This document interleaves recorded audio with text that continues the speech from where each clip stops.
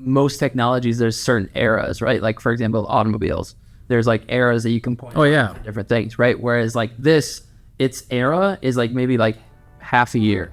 Yeah. Like right now we're in like the automation. Yeah. It's insane. Yeah. Well, that might be the most astute thing you've said. Hey, hello everyone. Welcome back to the Law Firm Marketing Minute. As always, I'm your host, Mike, and I'm here with Eddie. And this week we have a guest, first time on the show, Daniel. Debut. It is big debut album. How do you spell debut, Michael? D-A-Y. Nailed it. Keep going. Keep doing the podcast. Yeah. This is. My mom always said that I had a face for radio, so this is why I do what I do. 0 for 2. I don't think she's right about that either. Because you're on video now. It's true. There's no such thing as face for radio. Yeah. So Daniel, why don't you just give the audience a little bit introduction to you and your experience, and so that they get to know who you are. Yeah, for sure. So I'm the advertising manager here at Spotlight Marketing and Branding, and so I oversee the team of ads coordinators who are responsible for setting up the ads campaigns from start to finish. So that's the ads themselves in Meta, LinkedIn, Google. That's the landing pages. That's the drip campaigns, the whole thing. And really my job is to make sure that campaigns are running smoothly, effectively, and getting the results that we want for clients. Nice. So like, what's been your experience? Just because we're obviously going to talk Facebook ads here in a second. What's been your experience? How long you've been working with Facebook ads? Yeah, I started working with Facebook ads I dabbled in it probably in like 2017, and then I took a big break from it just in my marketing career, and then kind of came back to it in 2020 or 2021. Mm-hmm. So about the past 4 years or so. Mm-hmm. So today we got an interesting dynamic because we have a Jedi and a Padawan here, because Eddie is learning the ropes of Facebook ads. Yeah, so I'm a copywriter, so I understand copy, I understand the methodology behind copy, but applying copy into the world of Meta and into Facebook ads, I wish I could just sit down and write sentences all day, but those sentences go nowhere unless you can actively use what we're about to talk about today. So if you're ever doing this on yourself, yeah, copywriting is definitely the key, is definitely the starting point. But if you don't understand how to implement this, you're not going to really go anywhere. Yeah, it's true. So what exactly specifically we going to talk about? So some context for everybody listening is that earlier today, Danny called me into his office, and then he called Daniel into his office. That's not confusing. Yeah, that's right. We have a Danny and a Danielle. Keep up. And basically, Daniel was saying how. Was it very recently you were reading about this change that happened? Yeah, the article actually came out in December of 2024, so it's about 6 months old, but there's been a lot of talk about it more recently. Gotcha. People are kind of still catching up. So we're basically basing this whole thing off of the article from December 2024. Yeah. Okay. And then what is the title to kind of give someone a little taste of one of our listeners a little taste of what we're going to talk about? I don't know the title. Eddie, do you know the title? Let's see. Meta Andromeda, supercharging Advantage Plus automation with the next gen personalized ads retrieval engine. How's that terrible? Yeah. That's what we're talking about. This is why copy is so important. No one is going to remember that title ever. They might. What is it? I don't know. Exactly. Give us like a little bit of the overview. Like what is this? Like what is what you just said? Yeah, so without breaking down every single word, basically what we're talking about is the way that Meta, as an ads platform, receives all of the ads, millions and millions of ads that are created probably every day, at least every month, how they receive those ads and then in return distribute them to the users on behalf of the advertisers. Right? Mm-hmm. So that's the gist of it. Eddie, did you copy? I copied. Okay. Roger. All right. He's tracked. So far. So let's get one level deeper then. What you just said, it's how the ads get to the users. What's going on behind the scenes that this article is kind of talking about that gets the ads to This is when things get real. Yeah, let's get real. Yeah, so we can start with how things have been done in the past for this introduction. Perfect. If you've ever run ads before or talked about ads specifically on Meta, there's kind of some basic targeting parameters that you can set up in place whenever you're creating the campaign to reach your target market, right? So you can do like age restrictions. So you can target people from 30 to 55 years old. You can do location restrictions. And so in the Charlotte area, you could do a 10 mile, 20 mile, 30 mile radius, for example. And then there's all these sort of like interests and behaviors that you can tell Meta your target market relates to in some capacity or describes them in some way. And then you're giving Meta all this information to go out and then find the right people for your ads. Yep. That's kind of how it's been done. There's more to it than that, but that's kind of the foundation of everything. What Meta has done in the past is grouped these people together into cohorts or like thousands or hundreds of thousands of people, and then delivered ads to like that cohort or group of people. So what's changing here with this Andromeda is what they're calling it, is it's becoming a much more individualized delivery system.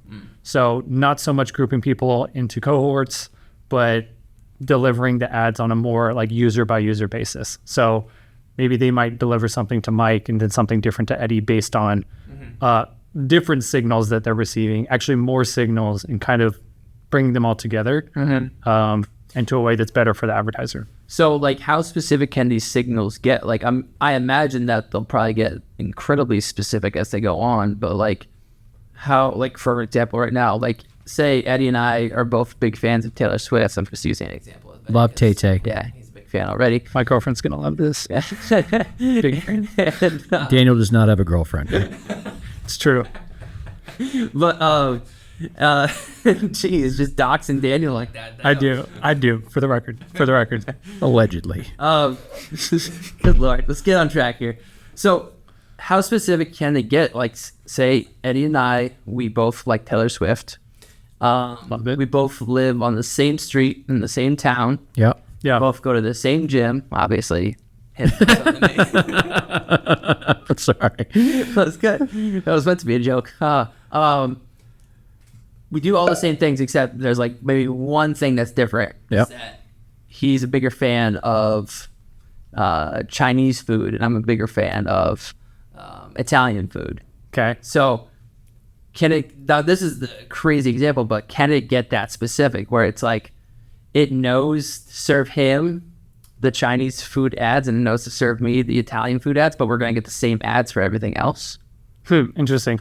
Yeah, I see where you're going with that. I think so. It all really depends on like the signals that you're giving to Meta online. Okay. If Eddie's watching a bunch of, you said he liked Italian food, or I'm in the Chinese food. You're in the Italian food. Chinese food. If Eddie is like watching a bunch of videos on Instagram about like Chinese food content, it's usage. Yeah. So that's part of it. Okay. And then you're watching Italian food videos or whatever, yeah. or like you follow Olive Garden on Instagram or whatever. Totally. You absolutely do. I don't, for the record. Allegedly. Maybe you I should. think he's making so many accusations today. Good Lord. But sorry, continue. So yeah, so that's part of it, is like the signals you're giving by the content that you're consuming. It's also, it has to do with placement as well. That's another signal. So maybe Eddie is spending all his time on Facebook and he's scrolling through his feed all day, but you are on Instagram more and you're watching Instagram stories more than you're on the feed. Gotcha. Right? So what this is going to do is it's going to start delivering according to placements by user to feed you the Italian food on your Instagram story. Yeah. And then Eddie the Chinese food on his Facebook feed. That's insane. That is insane. So it's basically it's like I'm picturing going through and setting up a Facebook ad campaign. Yeah. Thinking of like all the areas you gotta kind of hit on, and like there is that area where, for those people that don't know, there is a placement area where you can set, hey, I want them to see it in messages or Instagram or whatever, or stories. Yeah. Right now. Yeah, threads. And so that's basically going to become obsolete because what this tech is going to do is we know how to. Yeah, and that's the whole thing. Yeah. They're kind of moving everything towards a more automated, AI reliant sort of Less clicks. Yeah. Woo! This is, if you're an advertiser, if you rewind 50, 60 years, you were targeting magazines, you were targeting shows that attracted a demographic. And you're kind of guessing, you're not getting that. But you remember Snapchat? Snapchat, I think, took out a. Remember Snapchat? Remember that they bought a Super Bowl ad? I'm at. They did. It was. I think they spent. I can't remember how much money, but it was absurd. what's the average age of a Snapchat user and what's the average age of a Super Bowl watcher? Average age of massively different. I mean, the average age of someone watch Super Bowl is 39. I mean, they put all that money. I mean, and now from you that cannot. There's always been this big rift between small agencies and them like advertising the Super Bowl. And in this context, comparing the two things, I would take this over the Snapchat Super Bowl ad. You know, that's an interesting point too, because when I was kind of like thinking about how to explain this to people, one example I thought of was like cable TV versus Netflix, right? So on cable TV, what's aired is aired to, you know, whoever's watching, regardless of their demographics or whatever. And it's just being broadcasted out there. You can choose to watch it or not, but that's kind of on the user's decision end, but that's what's being aired. Right. Alternatively, Netflix personalizes and caters the content according to your watch history and preferences and those sort of things. Yes. Same difference. I totally get that. Well, last night I was having a conversation, a very astute conversation. No, but I had just your dog. mentioned that. Yeah, I was talking to my dog, and I had just mentioned that like I feel like that's the way that everything's gonna be. Like you're probably gonna get those like obscure kind of channels that are still gonna be on like cable TV. Yeah. Like the ones that can't afford to be on streaming service or don't have their own streaming service, but everything else is probably gonna be pushed right to the streaming service rather than. So when you turn on TV, it's probably gonna ask you like what, like Roku basically, like which one do you want? Wouldn't you prefer that as an advertiser? Right? I think so. Yeah, I would think so too. Yeah. No, everything we're saying is very pro advertising. No. Yeah, I'm just saying, like, it just seems like, that's why these things exist. I mean, for that medium. But yeah, absolutely. I never thought of it in terms of like Netflix and cable, but that's applicable. Mm-hmm. So we talked about placement. Was there any other examples that they kind of gave in terms of how? Yeah, I mean, any sort of probably online behavior or especially in-platform behavior, you know, whether that's like pages you're visiting, content you're interacting with, content you're not interacting with, placements. It's basically saying it's going to have a better understanding of the whole journey and then be able to deliver ads more accordingly to where they're at in the journey. Compared to before where it was kind of like delivered to a bunch of people at once and maybe it would hit certain people at the right places, but not as contextualized to each individual. Okay, so in terms of our listeners, what exactly is their biggest takeaway from this? I mean, what's it do for them? Yeah, so I think there's a couple things. I think number one, the thing that I just mentioned is like Meta now has like a more full picture of the whole user journey, and that's a good thing, I think. Absolutely. You know, within that, you know, there also is the fact that like the creative is going to matter a whole lot more. So writing good copy, going back to Eddie and his skill set, like being clear about what your offer is, because now it's being delivered individually to people at different points along that journey. It should, in theory, be able to, you know, match that content better to the user. And so the clearer you can be with your writing, the clearer you can be with your creative or your images or your video or whatever, the better I think that Meta's going to be able to do that matching. Mm-hmm. That's going to be crazy, especially with the rise of AI. Have you seen those VEO3 videos? Oh, yeah. Like, it's going to be crazy that the amount of content that is going to start pouring. We said it first. I mean, we had a podcast on VEO3 before the Bigfoot vlog came out, by the way. Yeah, we're pretty awesome. And so one example with that is like, you know, going back to the example of Eddie being on Facebook news feeds. Yep. It could be to this level where maybe Eddie downloads checklists regularly. Yep. And you download, oh, no way. I don't know, PDF guides more regularly. Sure. So now it's going to know to deliver the variant of the ad that says checklist in it to Eddie, and then the PDF guide to you. You know, I think it's going to get that contextualized and that personal. That's pretty crazy. I think there's a book about that. I think years ago it was called Quantum Marketing. No, it's called 1984. I'm just kidding. No. So isn't this a pro advertising podcast? I mean, I'm just kidding. Edit. But talk about that. No, I just remember it was quantum marketing. It was just essentially is not so much as what the messaging was, is how quickly you're able to target and capture an audience based on what their preferences are, what they do, how they act, where they drive. I mean, even going back to like Waze and understanding if you're stopping at Wawa or you're stopping at Sheetz, and being able to send a Sheetz advertisement to someone who regularly stops at that versus Wawa. I mean, so it's based on how accurately we're able to target our audiences and pinpoint that, because it means that everything we talk about is like, okay, what do I have? What do I have that people want? What do I have that people want that my competitors don't have or are not offering? I mean, in that sort of like a Venn diagram where it comes in the center, you're able to pinpoint that based on this type of information. Yeah. I mean, it's just,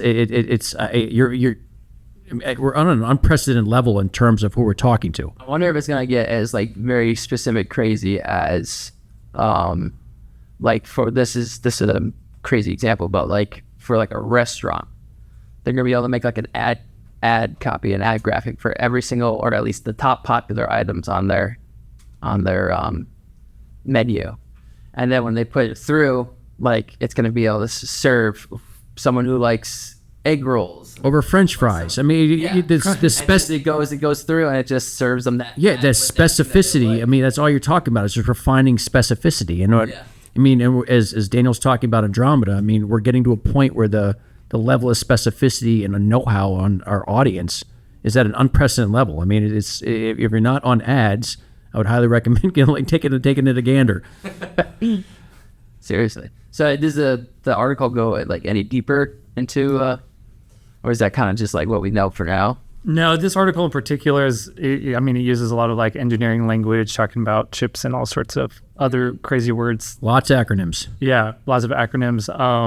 But just based off of all the research I've done, that's a lot of what it talks about. Eddie just touched on the timeliness aspect of it. That was another big takeaway, was like, it's going to be able to do this a lot faster. The old models were just a lot slower to process this information, especially with AI being, an enabler of like creating more content now and more ads. There's just that much more for Meta to process and take in.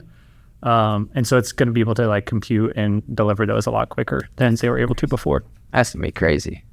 I mean, Eddie, you lived in the 1960s. How much different is this era? Are you sheltered?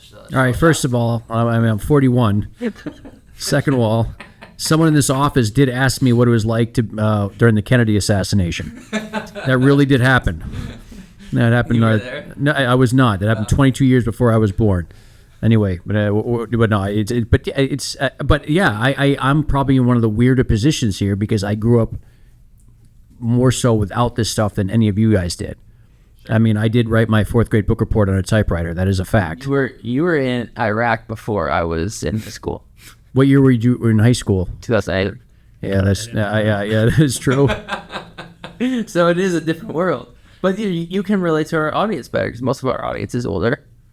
But no, so from the outside, I mean, I was one of the very big proponents when we first started talking about AI 2 years ago. I remember plugging it in and saying, "Yeah, this is useless." I said, "This is going nowhere." You said that? I absolutely did. I mean, because our ops director said, "Why don't you play with this?" I mean, at the time, it was pretty awful. I mean, with the product it was giving. Sure. And then they started coming up with these ideas, super prompts. And that was step 1 of like 400. Right. I mean, what AI is able to do now is it's exponential growth. Sure. And we've always said this. I mean, like, it's not going to replace you, but if you're not using it or not understanding how this at least can impact your marketing, you are going to be left behind. And it's a fight for me because I have to read. I usually spend the first 15 to 20 minutes of my day reading about this stuff. Because it's happening so fast and the changes are much. I also get far. I mean, I feel like a week without it, I don't know what's happening. Yeah, and that's. I mean, it's the exponential growth factor. I mean, the difference in technology from like 1960 to 1990 is going to be the equivalent of 5 minutes. Well, I think that's the big thing is that like with most technologies, there's certain eras, right? Like for example, automobiles. There's like eras that you can point. Oh yeah, different things, right? Whereas like its era is like maybe like half a year.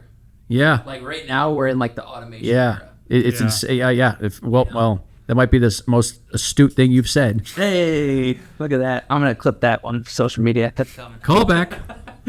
So our audience, how would you recommend they kind of like get their feet wet with this? Like, I mean, they shouldn't be running digital ads to begin with, but like what's a good starting point for them so they're not overwhelmed? Yeah, I think if it's a law firm owner or someone working at the firm, like a marketing manager or something like that, it's really about being clear on kind of what your offer is and who your target audience is, and making sure that like the resources and the content you're creating and putting in front of people via ads is actually going to resonate with them whenever it shows up. Yep. Really, and maybe that means getting more personalized and more specific in your offer than you're used to. Yeah. And granted, like, it's not like all these changes happened on January 1st, 2025, and we're just not talking about, like, this is a gradual process, but this is the direction that everything is going. Yep. Yeah. And so it's kind of like, you know, readjusting kind of your expectations to like, okay, how am I going to reach these people? Yeah. Maybe it's getting more personalized. Maybe it's breaking out your audience or your one target audience into like 3 new target audiences with more specificity among each one of them. So it's going to take them time to kind of figure out at least. Yeah. And I mean, like, clip that. I blanked. Yeah, we go back like the 1960s. The principles of marketing and advertising in 1960s and what worked is no different than it is now. The only thing different is how we're applying it, what tools we're using to do so. Right. Yeah. So the first thing Daniel talked about was sitting there, like, you talk about your target audience. If you can't identify who your ideal market is and understand that's step one, you can't fully implement these tools. You can't leverage them. So, I mean, the basic understanding of marketing and how to put them through these things, you have to combine the two. But the source code still stems back to some, I mean, books you've read in the 60s. Yeah. I mean, it's true of any marketing channel, whether it's email or organic content or ads. Like, ads is no different. Your understanding of your audience and their pain points and who they are and how you can speak to them and how you can help them. Dead on. Like, that's only as good as all these tools can be. Like, these are supposed to assist you in making that connection with your audience. It's not supposed to like replace it for you. Yeah. I mean, how many social media posts you put up, Danny, saying step one, identify your ideal.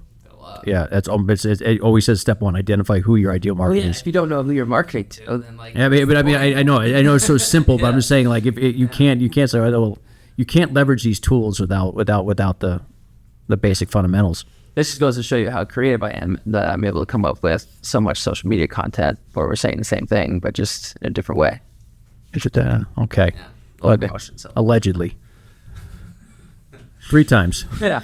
You know, I'm hot. I'm hot this episode. What can I say? That's been a good episode. So, Daniel, it was fun having you on. Obviously, if any of the listeners are, you know, very curious about any of this, I'm sure they could shoot you an email. Yeah, for sure.